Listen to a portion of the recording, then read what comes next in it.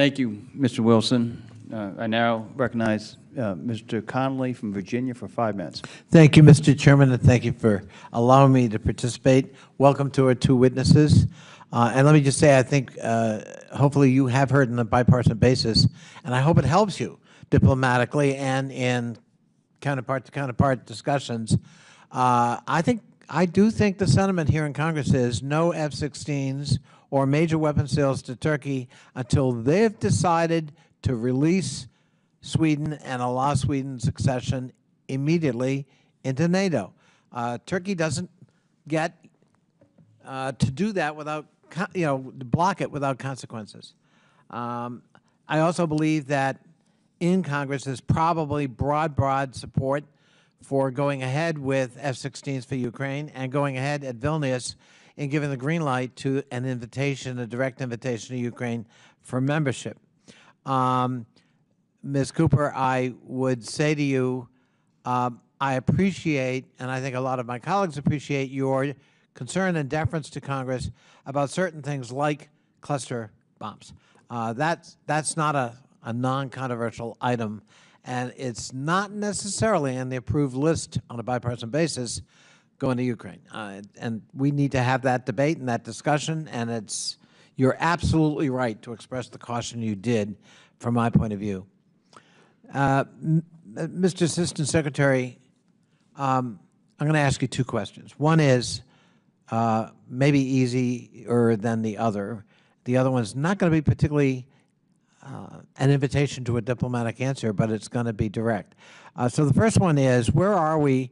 As you know, the NATO Parliamentary Assembly has virtually unanimously hundreds of parliamentarians representing 31 parliaments have recommended the creation of a Center for Democratic Resilience at NATO itself, so that we are, in fact, operationalizing the avowed commitment we have to democratic shared values, creating an architecture to propound, advocate for, and be a resource about democracy and democratic institutions. Real briefly, where are we in that?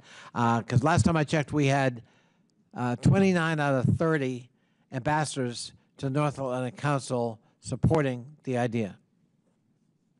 So we support the idea. We think it would be an important forum for NATO to protect its shared values that are the basis for the alliance, and we have advocated for this at NATO. We made a strong push for this before the Madrid summit, but unfortunately there was not NATO consensus or unanimity as is required for all NATO decisions. And so we elected, rather than take on amendments to that proposal that would have, in our mind, gutted it, we elected to play a long game and continue to push for this. And we are regularly raising this at NATO, including at recent North Atlantic Council meetings. And we don't think this will be delivered by Madrid, by Vilnius, but we think we can keep advocating for this, and in the long term. Well, taking a page out of Ms. Cooper's book, I think it is important to take cognizance of the fact that the House of Representatives passed a resolution endorsing this on a big bipartisan vote. So, it's not like some stray idea that might be good to pursue. Not that you're saying that, but it has standing in Congress. We actually acted on it. And I think that the support from the NATO Parliamentary Assembly has actually been critical in this effort, and it makes a big impact with those allies who have not yet. You're being diplomatic, Mr. Jones. You said we operate unanimously, and I pointed out 29 of 30 ambassadors support it. So who, pray tell, is not supporting it and blocking it? Well, you can say it. All right, I prefer not to talk about what happens. I know, but we prefer to talk about it. All right, well, I think you know. So did I hear you say hungry?